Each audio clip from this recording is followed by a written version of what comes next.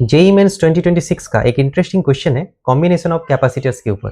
Question को बहुत ध्यान से देखना है।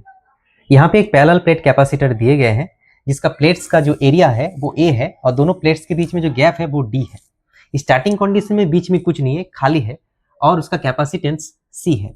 जब इसमें अलग अलग डाइलेक्ट्रिक मीडियम डाला गया, अलग अलग मटेरियल डाला गया तो एक कॉम्बिनेशन बन गया और उस कॉम्बिनेशन का जो कैपेसिटेंस है वो है सी इक्विवेलेंट बराबर n/3 इंटू सी। सो एन का वैल्यू हम लोग को फाइंड आउट करना है, यानी हम लोग को सी इक्विवेलेंट निकालना है। तो पहले हम लोग अलग अलग जो सेक्शन है सभी सेक्शन का कैपेसिटेंस निकालेंगे। पहले ऊपर इस सेक्शन को देखें तो इस सेक्शन में जो डाइलेक्ट्रिक कांस्टेंट है वो 2 है, इस कैपेसिटर का एरिया ए है और जो दोनों प्लेट्स के बीच में गैप है वो d/2 है। तो इसका कैपेसिटेंस कितना हो जाएगा? कैपेसिटर का फॉर्मूला क्या होता है? इप्सिलॉन 0 a/d अगर खाली है तो, और अगर कुछ डाइलेक्ट्रिक मीडियम है तो k इप्सिलॉन 0 a/d।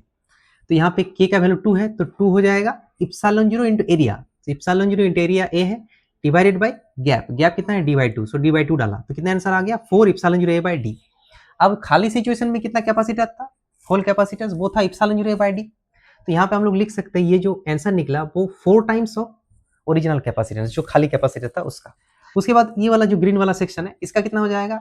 k मतलब 5 इप्सिलॉन 0 इंटू एरिया। इसका एरिया कितना है? इसका जो प्लेट्स है वो a/2 एरिया कैरी कर रहा है, तो यहाँ पे एरिया a/2 हो जाएगा और गैप कितना है? d/2। तो d/2 लिखा नीचे, तो कितना आ जाएगा? 5 इप्सिलॉन 0 a/d यानी 5 टाइम्स ऑफ c।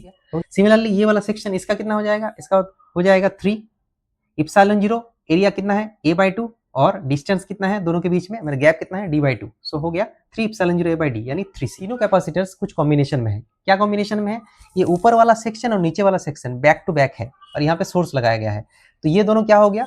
दोनों सेक्शन सीरीज में हो गया। अब नीचे वाला जो सेक्शन है उसमें 2 कैपेसिटर्स है, ये ग्रीन कलर का, रेड कलर का। ये दोनों क्या है? ये दोनों पैरेलल है, ऊपर नीचे है।